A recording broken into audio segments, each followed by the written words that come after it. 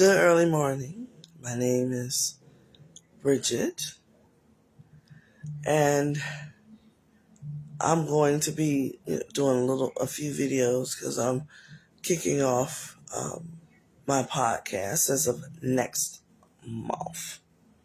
So you should be able to catch my podcast on my YouTube channel as well as my Facebook page. I wanted to clarify some things. I wanted to discuss my meeting. I went to the Norfolk City Council meeting, and it was interesting. I noticed that my representative from my area, Honorable Mamie Johnson, was not there.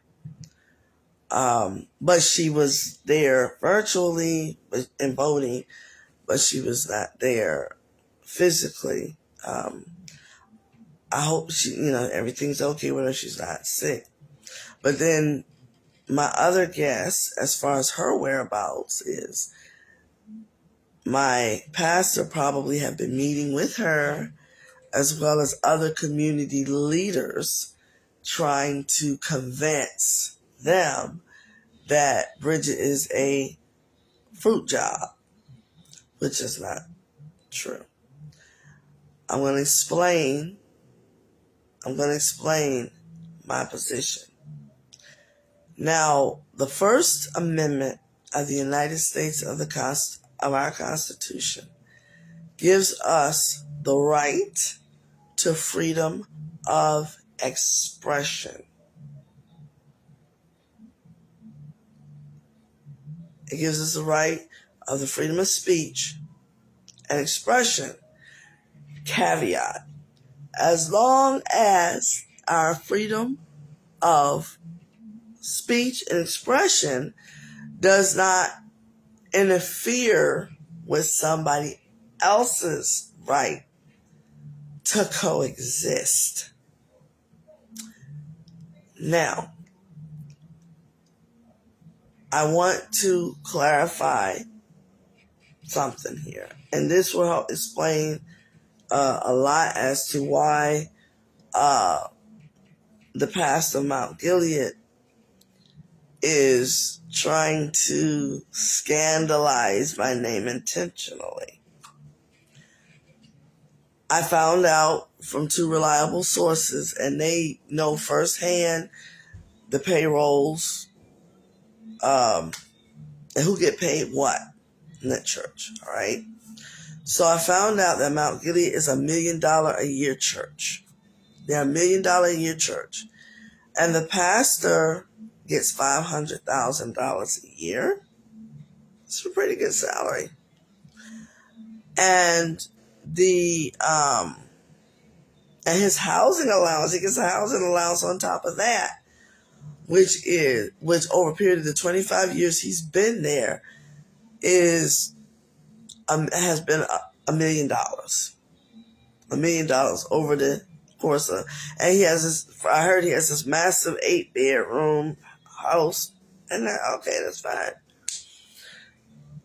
And the thing is, I don't have a problem. I mean, if you're $1 million church and you choose to give half of that money to the pastor and it was voted on by the people, I don't have an issue with it. If you decide to give the pastor $1 million housing allowance, I don't have a problem with it because, if the people love them at Mount Gilead, they really love them. They love First Lady. If that's what they voted on, if that's what they agreed to, there's no issue with that. My issue is all of this money you're getting from the church. Are you reporting that income to the IRS? Are you reporting that income to the Department of Virginia Taxation? That's all I'm saying. But because my low insignificant, worthless self had the audacity to question the 6'6" God of preaching, he sends the police to my house. While I was at city council yesterday, 5 p.m., my husband said the police came. He wouldn't answer the door like I told him not to. So, why is this a big issue? I mean, if the church, it should be an issue if Mount Gilead agreed for you to have $500,000 a year, if Mount Gilead agrees for you to have $1 million allowance over a period of 25 years, I don't have anything to do. That Mount Gilead is a Baptist Democratic body, and I respect the right for the majority to govern. However, is he paying taxes on this stuff? That's all I'm saying. Are you paying IRS? Are you paying the Department of Virginia Department of Taxation? That's it.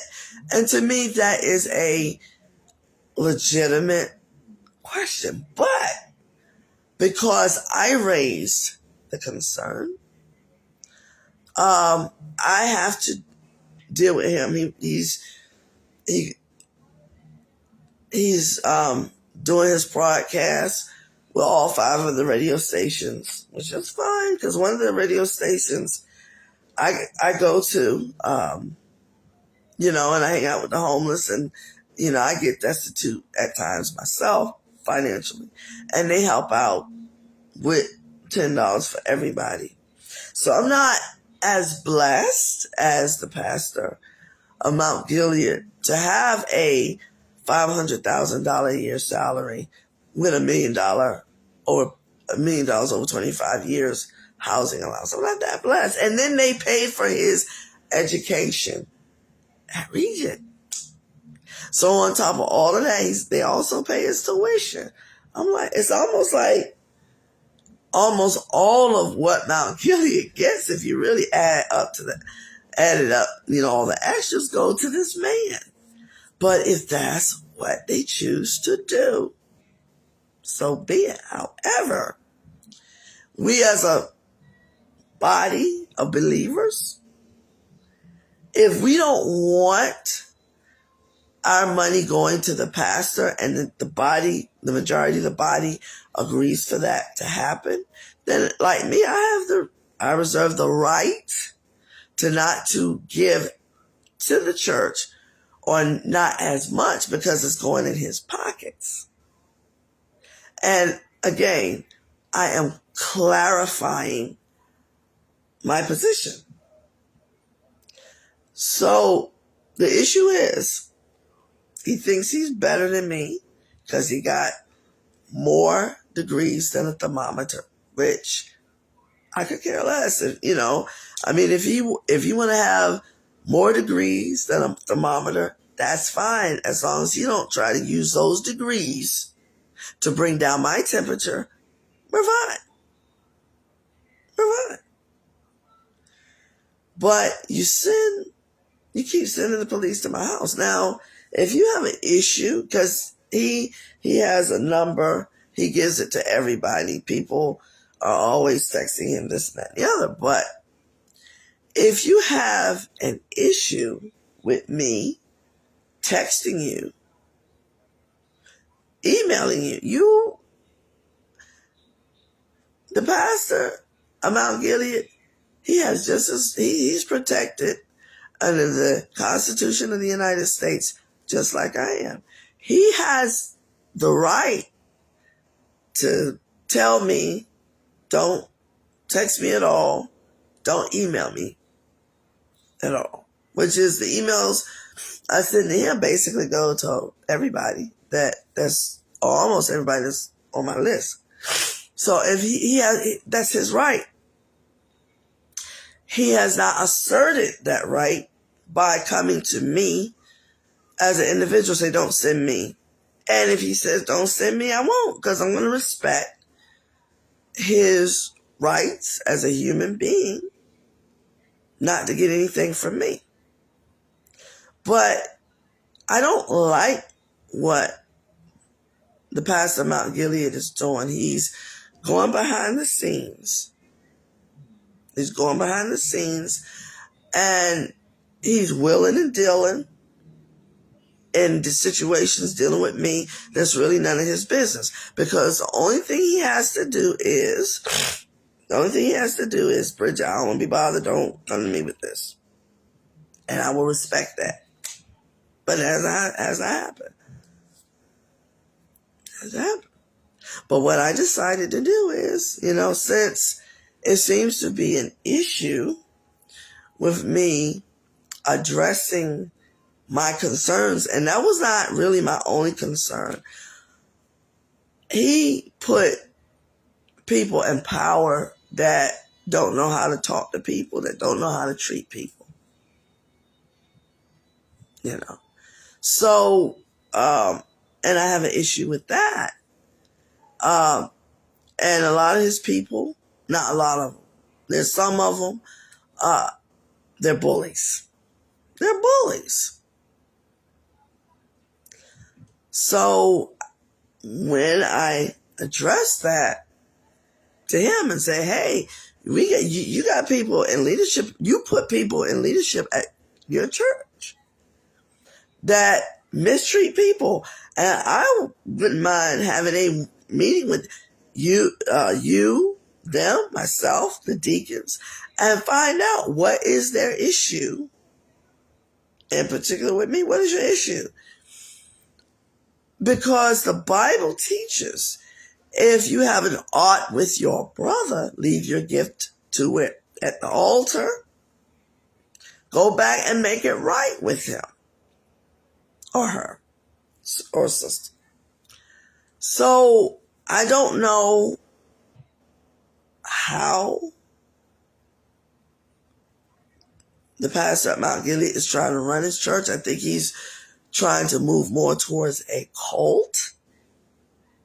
He's trying to turn that church into a cult, and that cult worships him.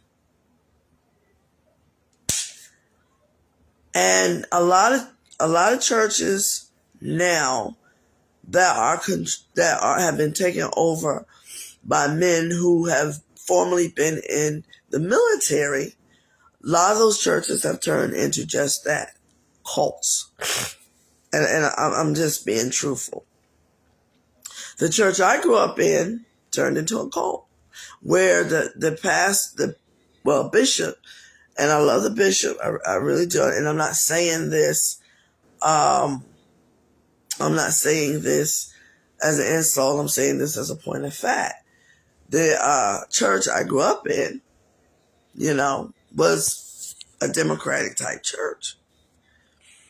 And he came in and took over in a way that kind of surprised me. But anyway,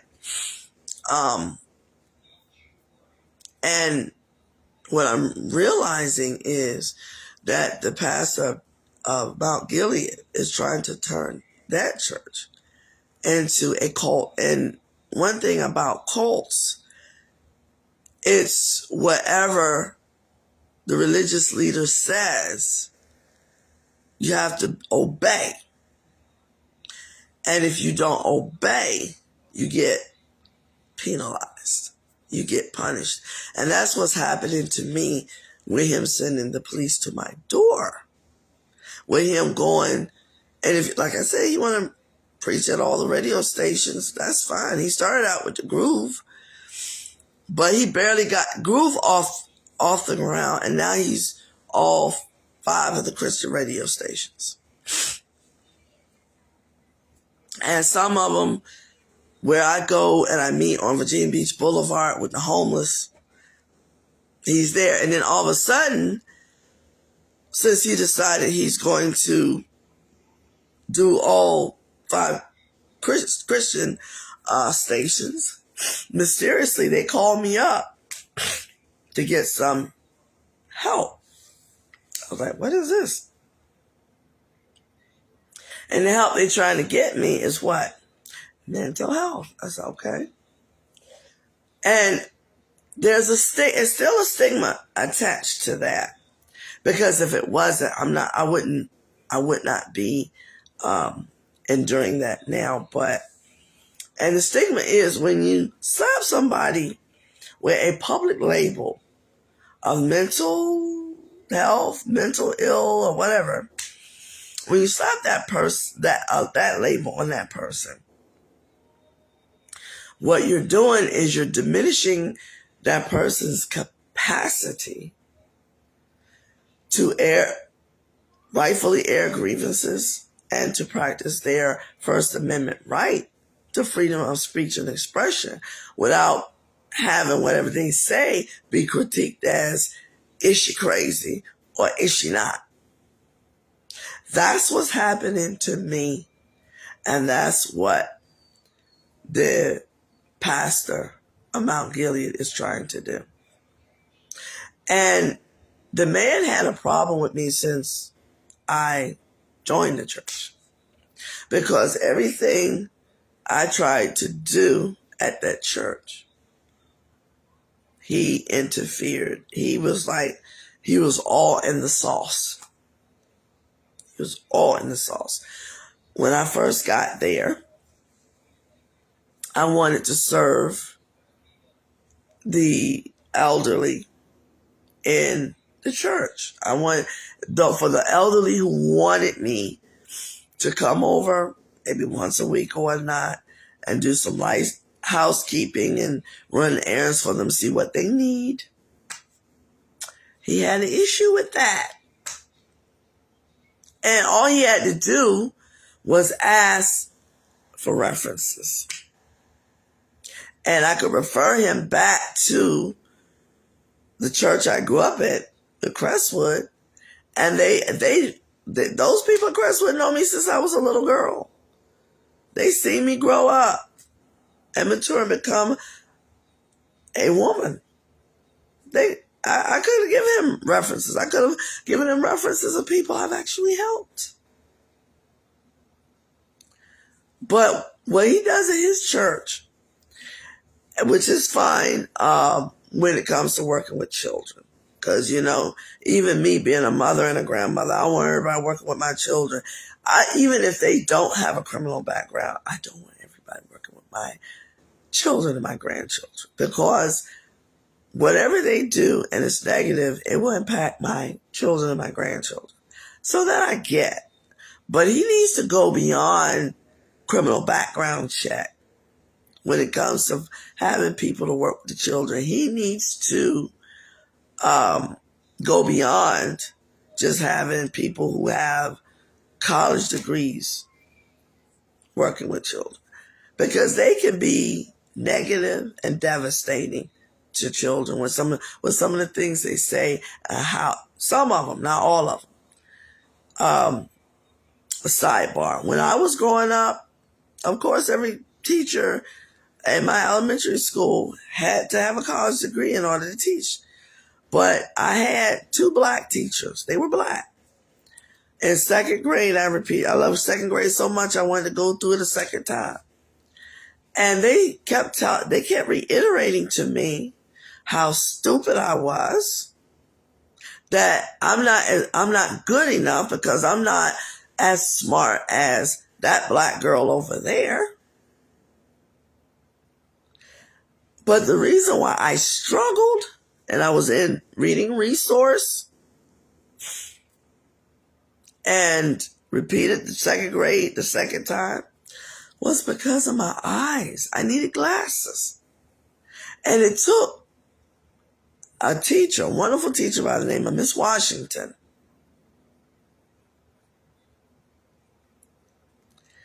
to discover the fact that, wait a minute, she's not dumb, she's not stupid. Number one, she needs glasses. We need to get her eyes checked. And number two, she just needs more confidence in herself. I had my confidence ripped away. I never had it. Truth be told, never had confidence because of 2 black teachers. 2 black teachers who were down on me. Big time. You stupid. You're not as good as so-and-so. I know one of the two, she was passing out smart peanuts. When she got to me, she told me, you always gonna be dumb.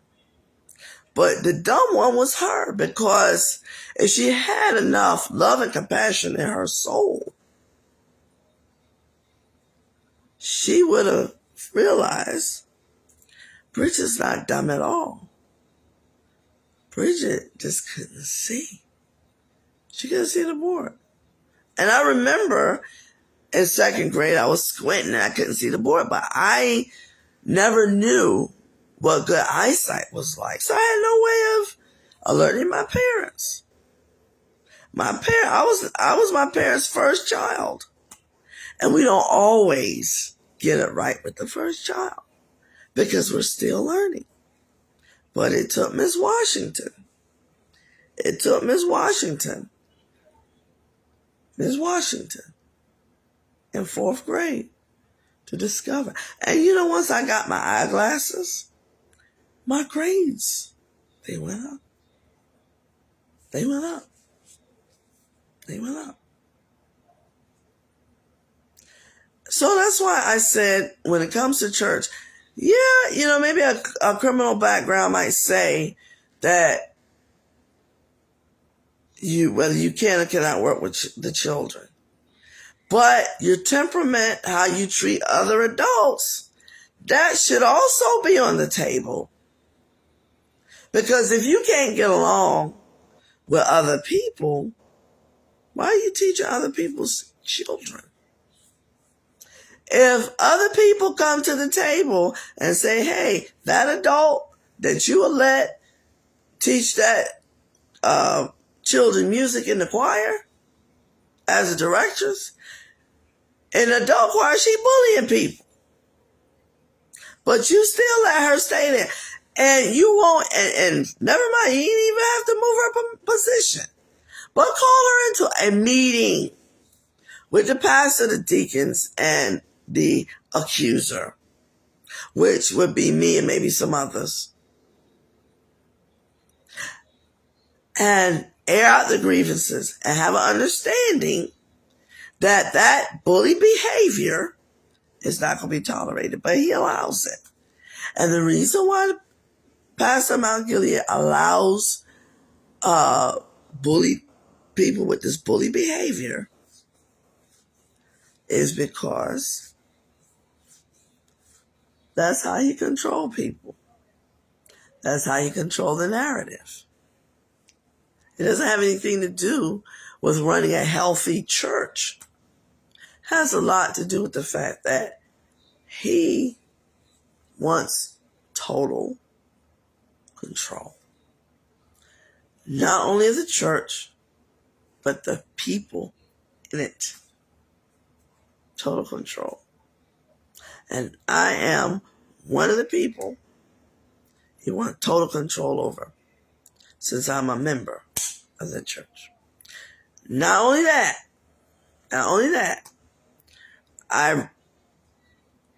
you know how cults work. I remember when I worked at McDonald's and I was working on the other side of the water. And Mount Gilead had a service out there. And the McDonald's that I was stationed at the time was not too far. It was like practically down the street from Pocosin. That's how far out there I was. So how did this man manage to affiliate with a church not too far from where I worked? But again, that's what cults and cult leaders do. He's a cult. He's established a cult. And one thing about a cult, everybody is praising the pastor. Or the spiritual, let's put it this way, the spiritual leader. The pastor of Mount Gilead is no different from Jim Jones or David Koresh. Truth be told. No different.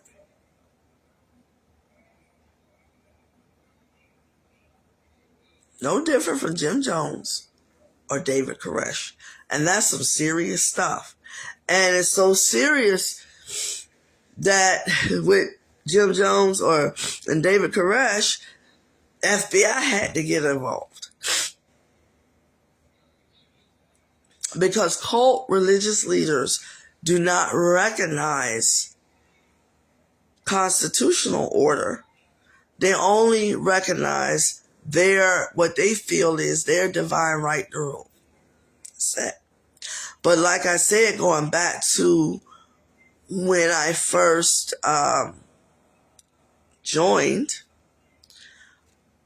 I was shut down by the pastor of Mount Gilead when it comes to volunteering to help seniors, whatever senior and elderly person who needed help during the week. Free. He shut that down real quick. No. And what I did, I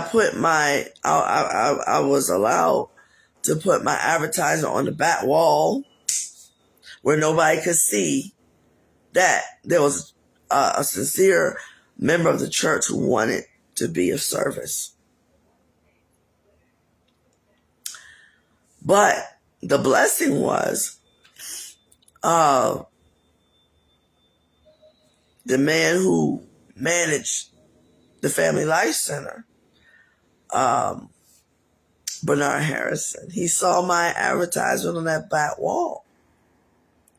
And he blessed me with a job. And at that time, I was just coming out of jail. This was like 2011, November 2011. And I had the opportunity. He hired me. And I was reliable. I was a reliable hard worker. I would volunteer at help clean the church, volunteer. And one thing that Mr. Gray would tell me, he says, when you're working for Mr. Bernard, you're working for pay. When you're working for me, you're working for the Lord. And I was okay with both. And I noticed that I did one, the last time I had cleaned the sanctuary, I did a great job. I organized this, that, and the other, even all the way up to the pulpit. Under the pulpit, it was a little disarray. I organized it. And I did a great job. And I think when the pastor saw it, I guess his reaction is he doesn't want me to clean the sanctuary anymore for whatever reason. But the sanctuary is a youth sanctuary, so it takes about 4 hours to clean just the sanctuary. And I'm talking about everything. I had to go through all the pews, pull out all the fans and all the trash that's in the cubby holes where the hymnals and the Bibles are held. I would go with a vacuum cleaner that I would strap on my back, and I would go vacuum from pew to pew to pew to pew to pew. It's a lot of work. At this point, it does not get done anymore. Doesn't get done anymore. But to clean the sanctuary is a 4-hour job. And I volunteered to do that. So what ended up happening was he shut down me volunteering to clean the sanctuary.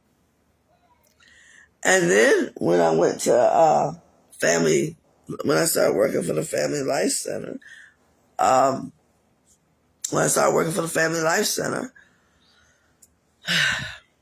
we were fine there for a while. We were rocking and rolling. And I would go in. Mr. Bernard was like, hey, help me set up. I would set up for banquets. and functions at the Family Life Center. And then Pastor Murphy started dibbling dabbling in that. And that got messed up. And the Family Life Center ended up getting shut down.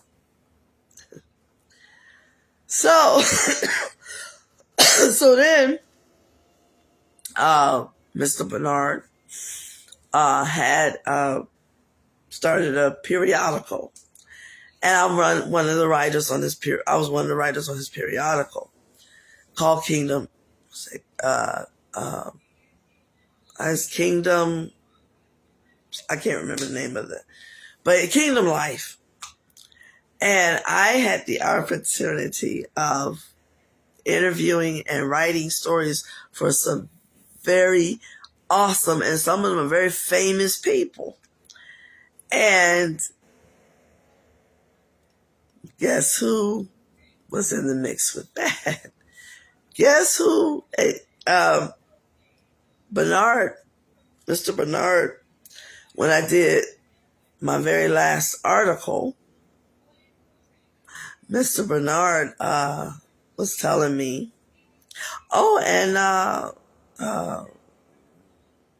the pastor was reading or something he was saying. So I'm like, now he's in the mix with my writing. And mind you, I'm coming in as a member. I was trying to be inconspicuous. I was trying to be a little ant. Just a little ant that just does the work of the Lord, and nobody really notices it. Hey, I'm fine with it. I don't have to have awards of this, that, and the other. So, but I guess some people like attention because they might not have gotten that attention from their mama or daddy. And if they don't get the attention, whatever attention they're looking for from people, if they don't get that attention, they act infantile. They act infantile. So, and a lot of people say, why don't you go to another church? And I've done that. But everywhere I go, there's those spies. And I know they go back to him and report everything I do. And when I question the fact that you must be CIA, he goes and he runs to my circle. She's crazy. She's this, that, and the other. And sends the police. He keeps sending the police to my house. I've not had problems with the police coming to my house until I gave Mount Gilead Missionary Baptist Church my address. And I will never do that again. Next time they get a P.O. box, I'm going to get a P.O. I know not to give them my address. But I gave them my address. And since I gave them my address, they keep sending the police to my door. And I have filed petition after petition after petition against the Norfolk Police Department to stop them from coming to my house. They still coming to my house. And I'm like, it's like, I'm one of those, I just want to be left alone people. I ain't gonna bother you, you don't bother me. I'm not gonna get in your grill, you don't get in my grill. I want to be left alone. If you think I have a mental illness, fine. You have the right to your opinion, everybody got one. All right, if you think I'm crazy, hey, everybody got a right to their opinion, and I got a right to mine. But just leave me alone. You don't want me to do anything in your church. And I'm not. And then I notice, there are churches that have congregations that'll make Mount Gilead's congregation look like Pee Wee Herman's Playhouse. as far as numbers. And I don't like the Mount, for example. The Mount. I'll use that as an example.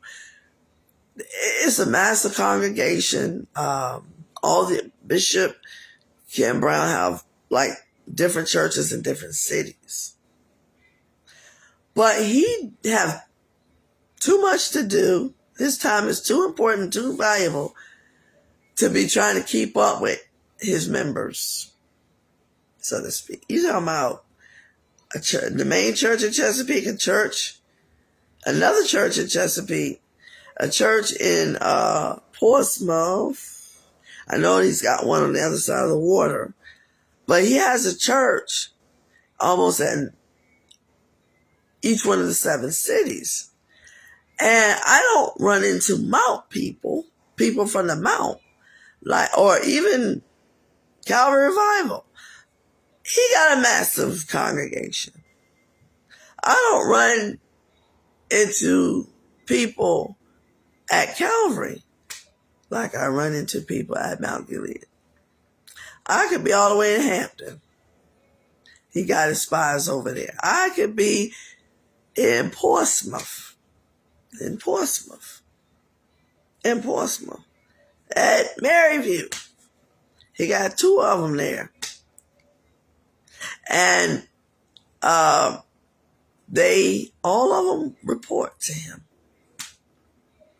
They report to him. That's why I brought up, you got to be the CIA. Got to be the CIA. They all report to him. But yet, now, like I said, which is fine, you preaching on all 5 radio stations. So you're going to take the time out to make my life miserable like you've had, or like you always had since I joined Mount Gilead. But like I said, when it comes to cults, that's how cult leaders work. You can join, but you're never going to leave. And that's where I'm at. And I'm like, getting paid $500,000 a year. You have enough money to grease pockets to get people to do whatever you want to do. So, but that's something I wanted to clarify my position. And it's hard to, you try to figure out, how am I going to deal or handle the situation? Give him the little bit of attention that he wants, so he can go somewhere and sit down and leave you alone? Or ignore him? Maybe, like, if you ignore your teeth, they'll go away. It's just, I don't know what problem he has with me, and he's never addressed it. But I think he needs to meet with me one-on-one and tell me what issue you have with me. Why you don't like, which really I don't even care about whether he likes me or not. I just don't. Because he doesn't have a heaven to put me in or hell to send me to. I just don't. But it's like, why do you have an issue with me? Because when I joined Mount Gilead, I didn't join Mount Gilead to take over his church. I didn't. I joined Mount Gilead. I enjoyed the services, and that became family. That became home. And you can be a church community can be a family without being controlled by the pastor. Because it takes a lot more to be a leader who inspires their people to love them, as opposed to manipulation and control. And I was sad because I was kind of upset of the fact that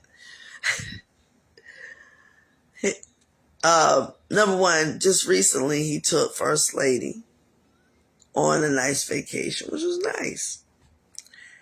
And I enjoy all of the wonderful ministers that spoke. And I think I might have mentioned to him in an email, text, whatever. You and your wife can stay as long as y'all want on vacation. Y'all can have a permanent vacation. We're fine here. And he cut his vacation short. And now, since this is his pastoral anniversary, and since we enjoy hearing the other ministers, he's there and the other ministers are preaching. I said, I never seen anything like this in my life. I mean, take a break, man, because every time I turn around, the pastor of Third Baptist, he always on vacation and nobody complains, but that he's not trying to control the church and he's not trying to control the people in the church.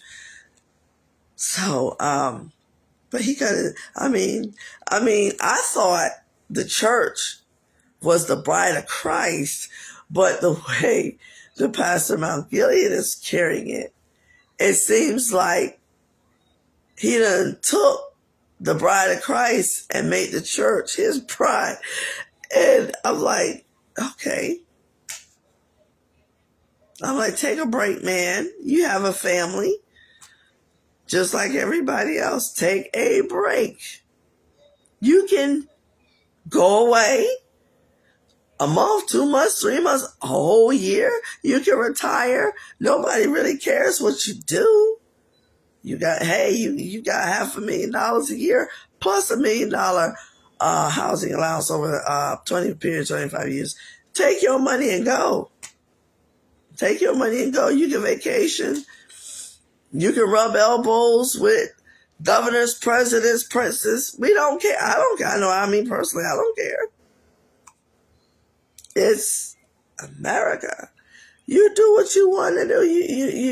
He got so much, that man got so much money now. He doesn't even have to be confined to Mount Gilead. And then I thought he was moving towards retiring. Boy, I don't know what happened to that. He was supposed to move towards retiring. And I think his wife would love to have him full time and not have to share him with the church. So I would love for him to be with his wife full time and not have, But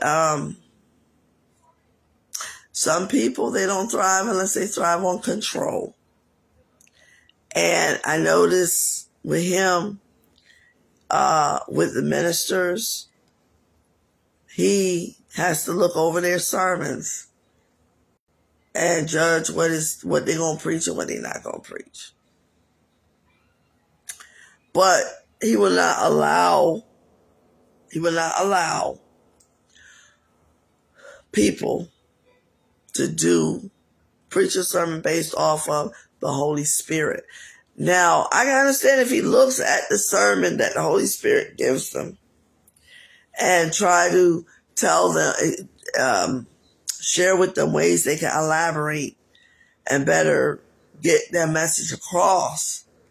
But you looking at the sermons, this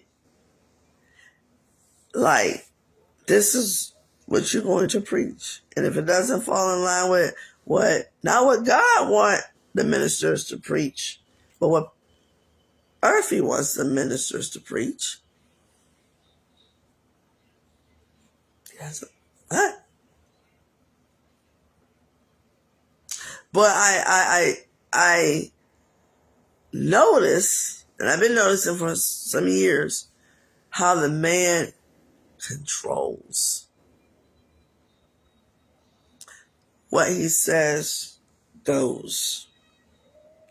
And if you challenge him like I challenge him, the police is coming to your door. And that's that in a nutshell. Pastor Murphy don't like anybody questioning him, challenging him. And the thing about me, I'm one of these people. I'm not going to say anything behind your back that I don't say in front of your face. Oh. So, I mean, you know, my dad, he was a controlling person to a certain extent. But what my dad realized was, Bridget is not one you can control. Can't control me. I had my English teacher, the English professor, Dr. William Carroll. He's gone to be with the Lord now. But he described me as being a free spirit. Yes, I'm a free spirit, and I'm going to remain a free spirit until I'm a dead spirit. But I'm going to remain a free spirit. Remain a free spirit. And as a matter of fact, the lady that directs, the directress of all the choirs in the church, she and I shared a class together, and it was Dr. Carroll's class that we shared. And she sat right by me. And this was before I even joined Mount Gilead. This was before I even joined Mount Gilead. She sat right by me. She couldn't stand me. But God bless her. I love her anyway. Didn't like me at Norfolk State, and she ain't like me now. But that's why I don't sing. She's one of the main reasons why I don't sing in the choir. Because I have a voice where I can sing in anybody's choir. I would go visit churches, and I'll just be singing with the congregation. Everybody be looking at me like, you gotta sing in the choir, you gotta sing in the choir. And I don't even have to join a church to sing in their choir.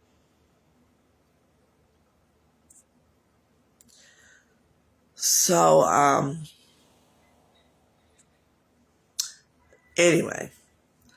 But then also, too, another caveat of what I'm saying, what I'm expressing is,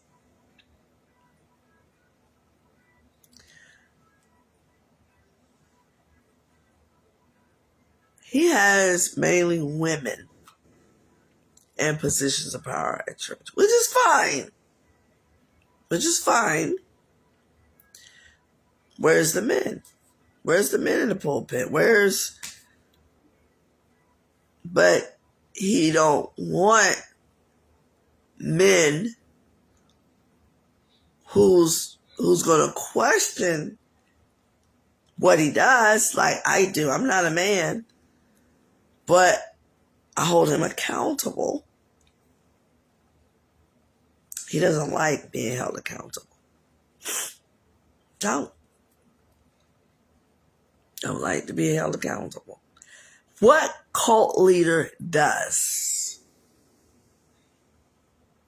A cult leader does.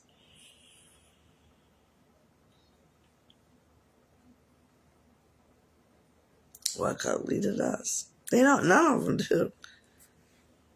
Hey, our politicians.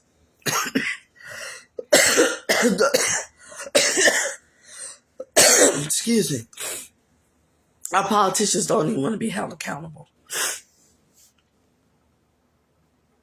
So, what the pastor of my church is now doing, he is working hard to attach the label mentally ill on me,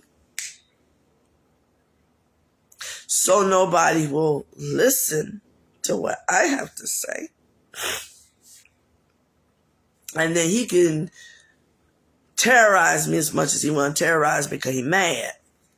But in the beginning, when I first joined Mount Gilead, I didn't pay attention to him or anybody else. I just went. I said, I'm gonna be a little smug bug in the rug. I just, when I see greet people, I get my hug and go about my business. So I'm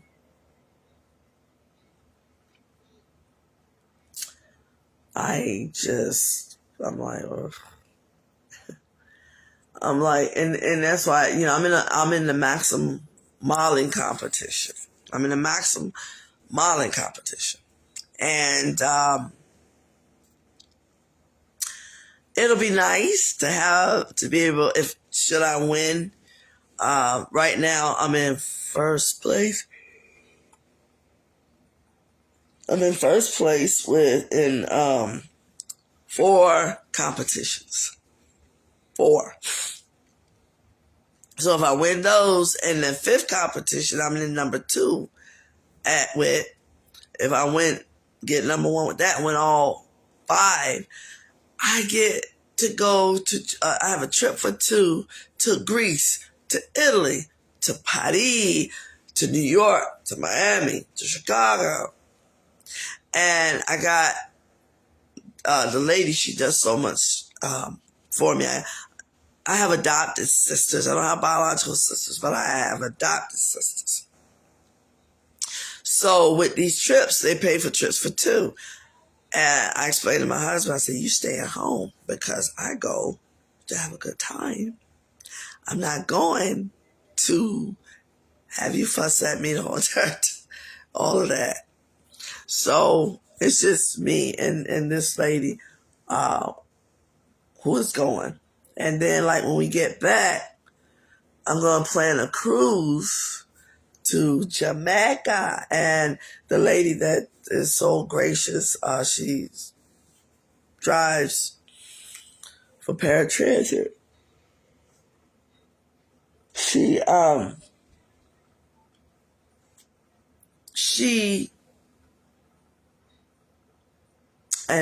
myself, and the other person, the 3 of us, we're going to go on a cruise, and we're going to travel to Jamaica, because that's where she's from, and she's just as sweet as she can be also.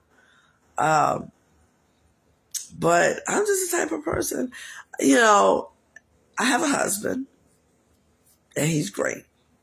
He's great. And he's been through a lot himself, and I had to be there with him through thick and thin. He's great. But then sometimes the caregiver needs a break, and that's what I try to get him to understand. So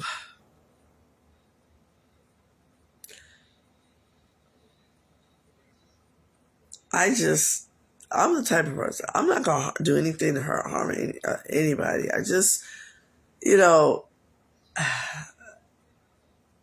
pastor of Mount Gilead has the option. If he really don't like me, he ain't got to say nothing to me. He ain't going to hurt my feelings. He ain't got to say nothing to me.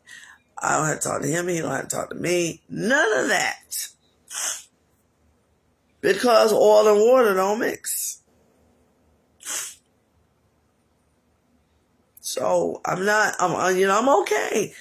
I'm okay. And when he sent the police again, then I just texted him. I said, okay, since you keep sending the police to my house almost every time I text you, I will just take that as we just not gonna have contact. No contact. I'll go to church, listen to the wonderful sermons, and go home. I'm not even gonna go up and speak to him no more. I'm not gonna text him. None of that. So, and that will help. That was part. I don't know if that's gonna solve everything, but it's just, those pastors, when they get high on the hog and full of themselves, they're hell to deal with. My name is Bridget Toll, resident of Norfolk, home of the largest naval station, naval base in the world. Signing out. Good day.